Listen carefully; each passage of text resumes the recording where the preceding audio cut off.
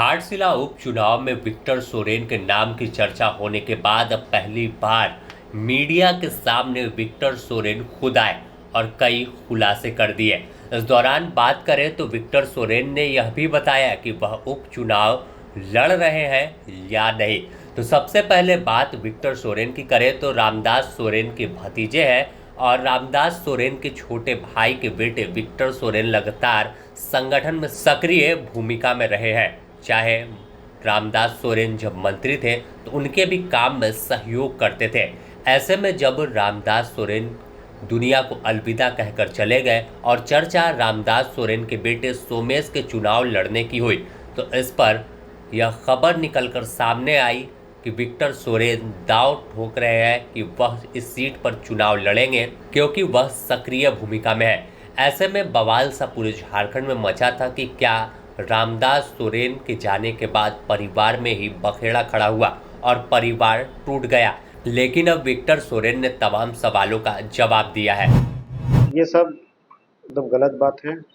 कुछ आप लोगों के ही मीडिया बंधु जो है मेरे परमिशन के बगैर कुछ मनगढ़ंत अपने तरीके से कहानी बना करके लोगों के बीच साझा कर रहे हैं, जो कि बिल्कुल गलत है।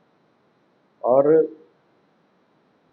आपने जो कहा परिवार की बात, परिवार में उस तरह का कुछ नहीं है। हम लोग सब एक है, जो कि सामने दिखता है। जो हम लोग अलग अलग चल रहे हैं, ये एक रणनीति का हिस्सा है हमारा, जो हम सबके सामने साझा नहीं कर सकते।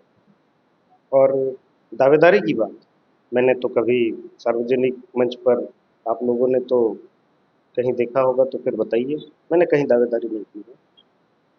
ये जो आपका चुटपुटिया यूट्यूबर लोग हैं, यही सब मनगढ़ंत अपना बना करके ये सब करने का काम कर रहे हैं। तो साफ तौर पर विक्टर ने कहा कि यह षड्यंत्र विपक्षी दलों के द्वारा फैलाया गया है और अफवाह फैलाई गई है। वह परिवार के साथ एकजुट है और साथ मिलकर इस चुनाव में भी झारखंड मुक्ति मोर्चा को जिताएंगे। उन्होंने यह भी बात स्वीकार की कि अगर किसी को भी टिकट मिलता है, सोमेश को मिले या चाची को उनके मिले, तो उनके साथ मजबूती से वह मेहनत करेंगे। और जिस तरह से झारखंड मुक्ति मोर्चा का झंडा लंबे समय से इस सीट पर बुलंद है, तो इस बार के भी चुनाव में वह इसी तरह से मेहनत कर झामुमो को जिताने का काम करेंगे। अब देखें तो आने वाले 1 से 2 दिन में इस सीट पर आधिकारिक तौर पर उम्मीदवार की घोषणा भी की जाएगी। उधर सोमेश सोरेन ने पहले ही पर्चा खरीद लिया है और ऐसे में चर्चा पर अब विराम लग गया कि विक्टर सोरेन चुनावी खेल को बिगाड़ेंगे या चुनाव लड़ेंगे, क्योंकि उन्होंने ही पूरे मामले पर अपना पक्ष रखा है। अब तस्वीर कुछ दिन में साफ होगी कि क्या सोमेश सोरेन ही झारखंड मुक्ति मोर्चा के उम्मीदवार होंगे या फिर उनकी मां। हालांकि इस पूरे प्रकरण को लेकर 1 से 2 दिनों का टाइम लगेगा। झारखंड मुक्ति मोर्चा के केंद्रीय समिति की बैठक रांची में होनी है।